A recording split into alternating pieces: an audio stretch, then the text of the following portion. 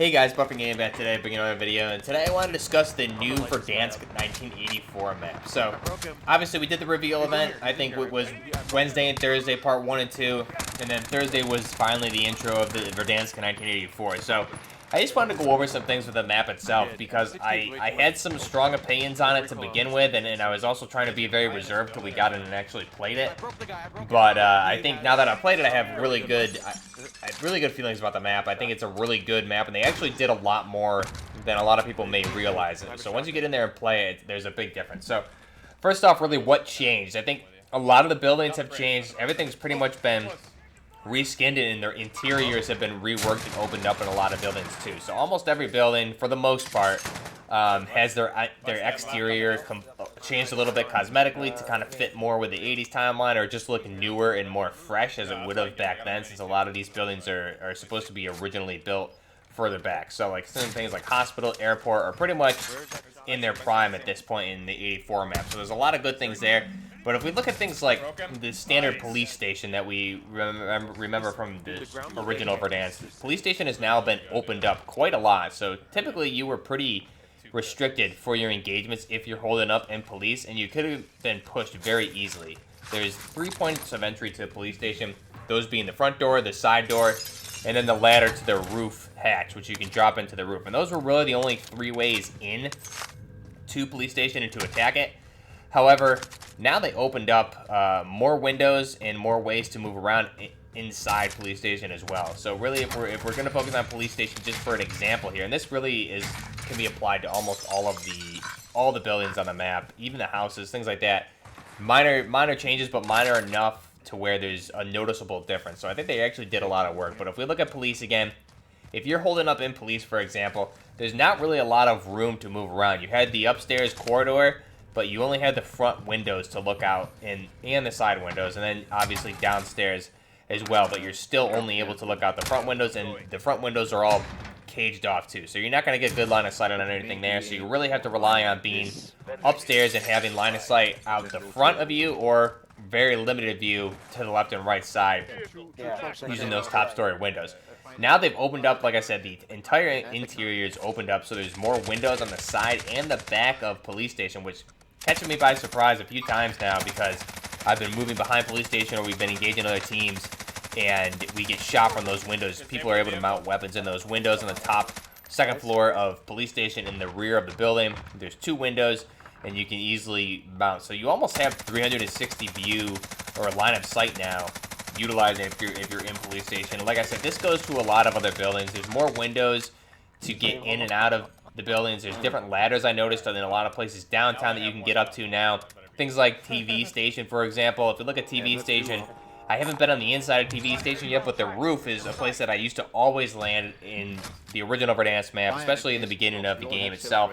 And that was always really my drop point for duos as well as solos, would always be at TV. So on the TV roof, it's the same layout as the roof. However, all the cosmetics on top of the roof have changed. They've moved some objects around as well. You don't have the sandbags in the center anymore. You have more HVAC units and heating units going around there for cover, which also limits your cover in some spots. Sometimes you'd be able to have line of sight on the only ladder up there. There was one way up, and that was the ladder in the front, and you'd have line of sight on there easily from the sandbags or the HVAC, which would give you cover from the hill behind you.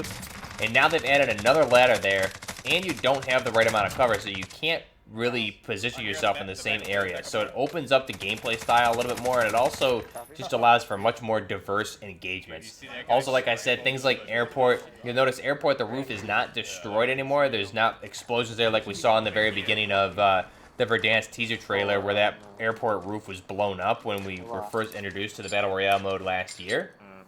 And now instead it's in pristine condition, and there's a window, or I guess you would call it a skyline roof on top of the building there, and you can see down it, and it's glass. It takes up almost the same amount of the area, if not a little more, than where those explosions were. You have better line of sight right down below into the second story, and it allows you to be more concealed on the roof. So I did catch a couple of people by surprise utilizing that sky roof, and I think, like I said, a lot of the engagements are a lot different now. I noticed. Just playing, only played a limited amount of matches on the new map. I've played it 2 days in total, maybe a handful of games each. We'll say 5 or 6 each of those days. So around 12 to 14 games total that I've played on the new map.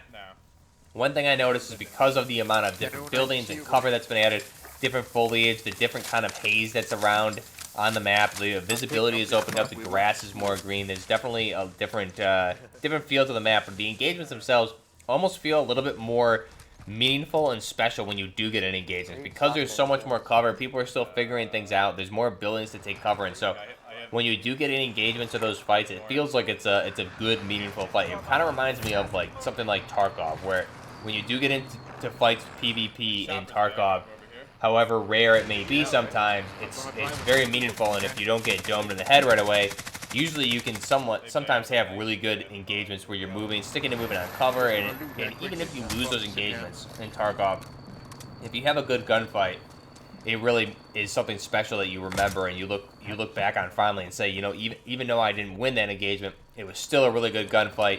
We went back and forth. It was all about positioning and outplaying each other.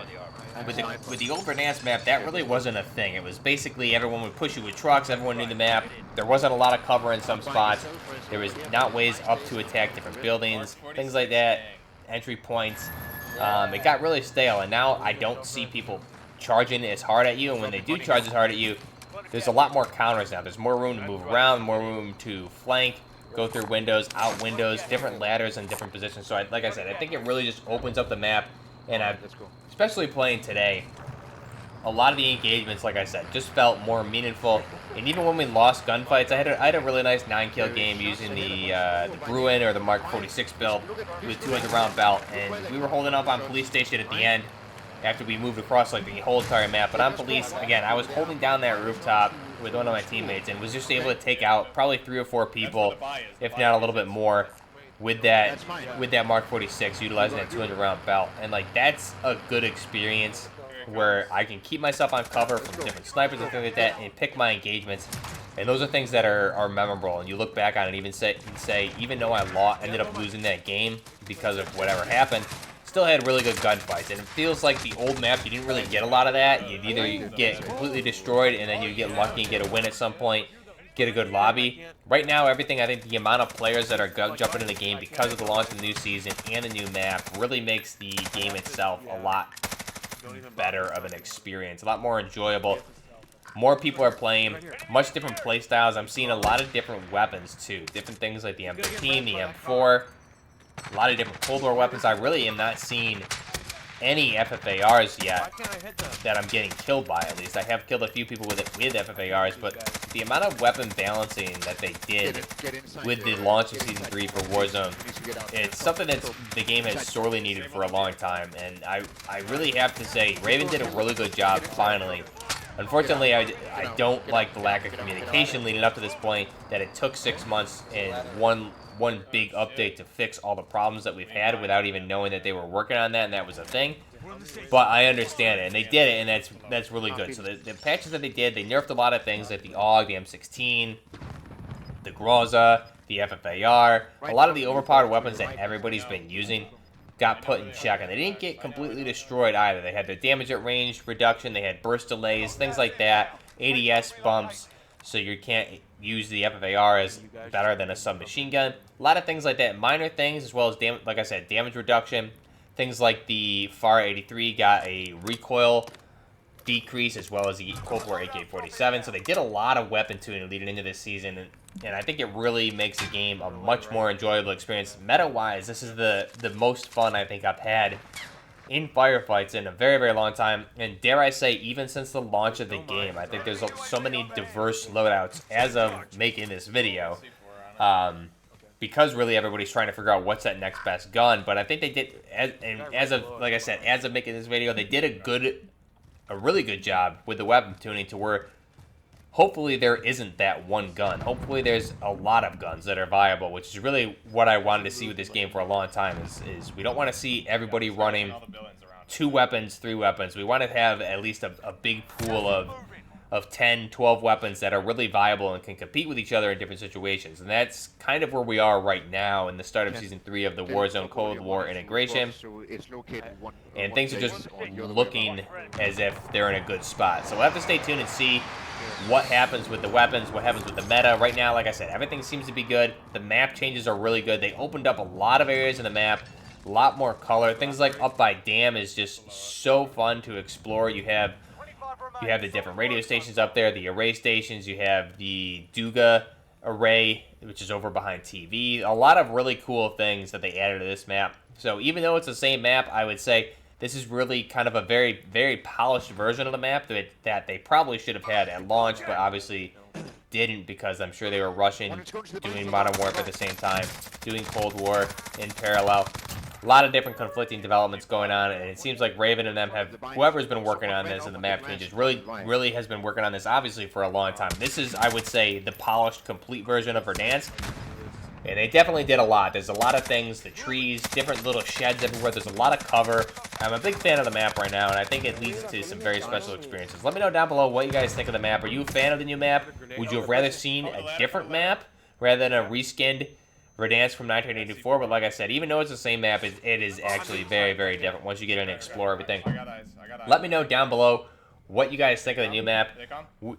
We may still be getting the Ural Mountains at some point down the road. I'm sure that's in the backlog for them. They're probably making that and making sure it's going to be viable and testable because it is already built in Cold War. However, that's a different engine. You got to bring it all the way over to the Modern Warfare engine. It's going to be a whole process, and they got to make sure it performs well at launch. So I'd rather they take their time with that. This is probably a little bit easier to do since they don't need to really redo a whole new map and all the work that goes into that. So this is a really good filler in the meantime. And honestly, I have a lot of fun playing this. Let me know down below what you guys think of this. How many games have you played on the new map yet? Are you excited for Season 3? Or are you just kind of done until we get a new map? Also, what do you guys think of the meta? Like I said, meta is in a really good spot right now, but I really are curious to hear what you guys think. Definitely a good step in the right direction here for Warzone and Raven, doing something that really needed to be done for months now. Definitely a good thing, especially with Battlefield kind of looming on the horizon. That reveal coming up. They definitely needed a win here, and in my mind, so far after playing this, I think they got one. This is a really good update all around the board, weapons, map, everything. Everything's really great, so let me know down below what you guys think of that. And until next time, this is Buffer Gaming with the Verdansk 1984 review, as well as all the meta changes. Buffer Gaming, out.